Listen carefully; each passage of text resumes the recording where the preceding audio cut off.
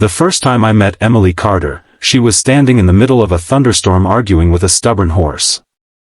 That might sound strange, but in Montana, strange things happen every day. I was sitting on the porch of my ranch house watching dark clouds roll across the valley when I noticed a pickup truck parked near my south fence line. A young woman in a yellow rain jacket was trying to guide a frightened horse through the mud. The horse had other plans. It jerked away and nearly dragged her into a ditch. Without thinking, I grabbed my hat and headed out. By the time I reached her, rain was pouring so hard it felt like buckets of water were falling from the sky. "You need a hand?" I asked. She pushed wet hair from her face. "Only if you know how to negotiate with a horse who thinks he's smarter than both of us." I laughed. "I've been negotiating with horses for 40 years. "Then congratulations," she said. "You've had more practice than me." Together we calmed the horse and led him into my barn. Only after the storm passed did I learn her name. Emily Carter. 29 years old. Veterinarian. Recently moved from Denver.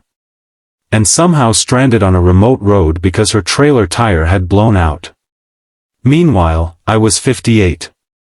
A rancher who had spent most of his life in the same valley. A man whose beard had turned gray years ago. A man who thought his best days were behind him. At the time, I had no idea that meeting Emily would change everything. Not because of romance. At least not at first. Because before she ever changed my heart, she changed my life. My name is Jack Harrison. For nearly 3 decades, Harrison Ranch had been my entire world. My wife, Linda, and I built it together. Every fence post. Every barn repair.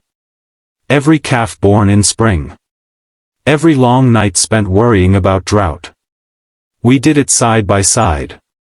Then 5 years earlier, cancer took her away. The ranch survived. I survived. But something inside me stopped growing. Most mornings followed the same routine. Coffee. Feed the cattle. Fix whatever was broken. Eat dinner alone. Watch television. Sleep. Repeat. My neighbors often invited me to community events. I usually declined. Not because I disliked people. I just felt disconnected from life. Like everyone else was moving forward while I stood still. The valley knew me as dependable. Hardworking. Quiet. No one knew how lonely I had become. Including me. Sometimes loneliness grows so gradually you don't recognize it until someone shines a light on it. Emily became that light. A week after the storm, she returned. Not for the horse. Not for the trailer. For pie. At least that was her excuse. She walked into the small diner in town carrying a homemade apple pie. When she spotted me sitting alone, she came straight over. "I figured I owed you dessert." "For helping with a horse?" "For saving my dignity." I smiled. "That's worth at least a slice." She sat down. Then another slice disappeared. Then another hour. Then another conversation. And somehow that became a weekly tradition. Sometimes we talked about ranch life. Sometimes about veterinary medicine. Sometimes about absolutely nothing. What surprised me most wasn't how much we talked. It was how much she listened. Few people asked questions anymore. Emily did. She wanted stories. Not the polished versions. The real ones. The mistakes. The lessons. The memories of Linda.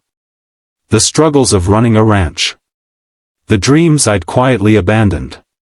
For reasons I couldn't explain, I found myself opening up. And every time I did, she treated my experiences like they mattered. Like they still had value. One afternoon she visited the ranch carrying a notebook. "What are you writing?" I asked. She smiled. "Community project. That should have worried me. Community projects usually involved volunteers. Volunteers usually involved social interaction. Social interaction usually involved me finding excuses to disappear.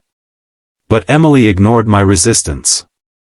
She explained that several local high school students wanted to learn practical ranch skills. Many came from families that had never worked on farms. They needed mentors. People willing to teach. She looked directly at me. You'd be incredible. I nearly laughed. Kids don't want to spend their weekends listening to an old rancher. You'd be surprised. No, I wouldn't. Jack. What? You have 40 years of knowledge. So that's exactly why they need you. I shook my head. She wasn't giving up. 3 weeks later she showed up with 6 teenagers. Without warning. Without permission. Without mercy. I expected disaster. Instead, something remarkable happened. The kids were curious. They asked questions. Hundreds of them. How do you know when rain is coming? How do you calm nervous cattle? How do you repair fencing? How do ranchers handle setbacks? What was ranch life like before smartphones? The last question nearly made me laugh. By the end of the afternoon, I realized something. I wasn't teaching ranching. I was sharing pieces of a life I'd almost forgotten mattered. And the kids weren't bored. They were fascinated. One teenager named Marcus stayed behind after everyone left. My grandfather died last year, he said quietly. He was a farmer. I nodded. I miss listening to his stories. That sentence stayed with me for days. Because maybe wisdom wasn't something that expired with age. Maybe it became more valuable if someone was willing to share it. Over the next year, Emily's project grew. More students joined. More volunteers participated. The ranch became a gathering place. People learned skills. Neighbors met neighbors. Friendships formed. The valley felt more connected. And for the first time in years, so did I. Emily often claimed she wasn't responsible. That wasn't true. She had a gift. Not for fixing animals. For noticing people. She saw value where others overlooked it. Including in me. Especially in me. One autumn evening we sat on the porch watching the sunset paint the mountains gold. The students had gone home. The ranch was quiet. For a long moment neither of us spoke. Then Emily broke the silence. You seem happier. I looked toward the fields. I am. Good. You know, you're responsible for most of that. She shook her head. No. Yes. No. I laughed. You always argue. Only when I'm right. The sunset reflected in her eyes. For a moment something shifted. A feeling I hadn't allowed myself to consider. A feeling that frightened me. Because it felt impossible. Because of our ages. Because of my past. Because of every reason I thought life worked. I pushed the thought away. But it kept returning. Again. And again. And again. Months later the community held a fundraising dinner for local youth programs. The town hall was packed. Laughter echoed through the room. Emily and I sat together at one of the long tables. At some point an elderly neighbor walked over wearing a mischievous grin. He looked at Emily. Then at me. Then back at Emily. So when are you two getting married? The entire table erupted with laughter. I nearly choked on my coffee. Emily laughed too. But everyone was waiting for an answer. Trying to deflect the attention, I shook my head. Come on. The room grew quieter. I smiled and said what I thought was a harmless joke. She's way too young for an old rancher like me." People laughed. I expected Emily to laugh too. Instead, she turned toward me. Her expression softened. And in a voice calm enough for everyone to hear, she replied, "You're perfect for me." The room went silent. Completely silent. You could have heard a pin drop.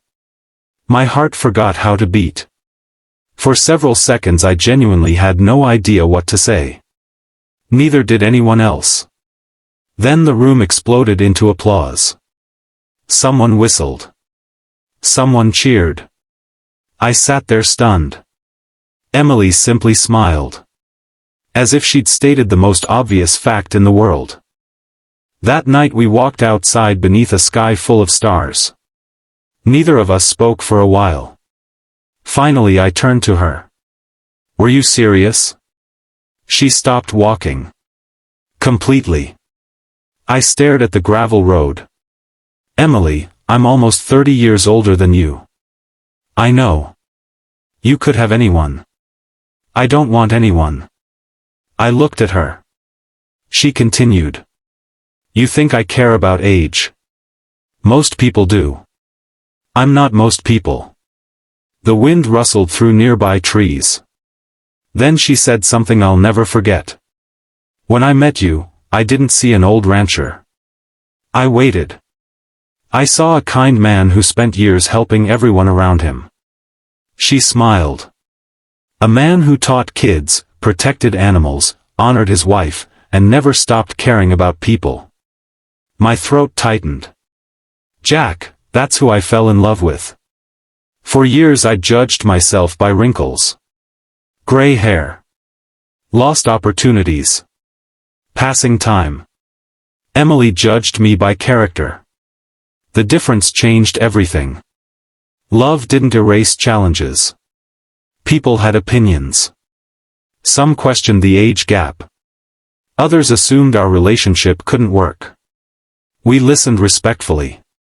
Then continued living our lives. Because real relationships aren't built on public approval. They're built on trust. And kindness. And shared values. Over time people saw what we already knew. We made each other better. Emily brought energy and optimism. I offered stability and experience. Together we created balance. Not perfection. Balance. There's a difference. 3 years later, the youth mentorship program became a non-profit serving communities across several counties. Hundreds of teenagers participated.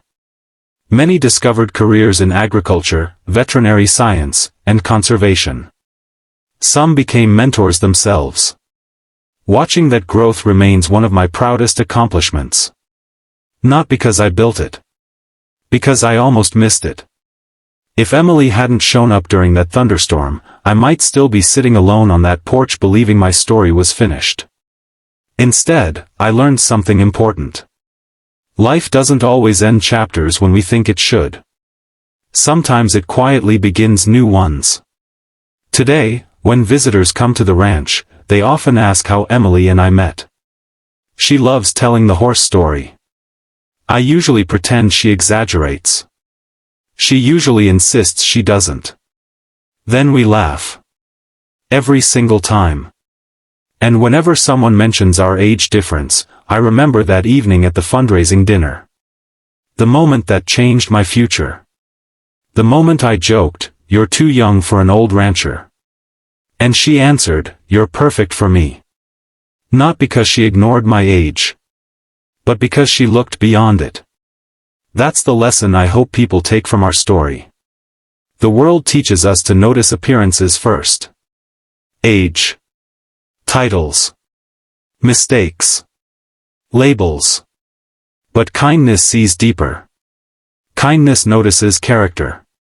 Potential. Heart. And the value hidden beneath the surface. You never know whose life you might change simply by seeing them clearly. Emily saw me clearly. And because she did, I finally learned how to see myself again. The Montana sun is setting as I tell this story. The horses are settling into the pasture. The valley is quiet. And across the yard, Emily is laughing with a group of students who came to learn ranch skills. Watching them, I realize something simple but powerful. The best years of life aren't determined by age. They're determined by purpose. By connection. By the people who remind us that we still matter. And sometimes, when we're lucky, those people arrive during a thunderstorm with a stubborn horse and a heart full of kindness. The rest is a story worth telling.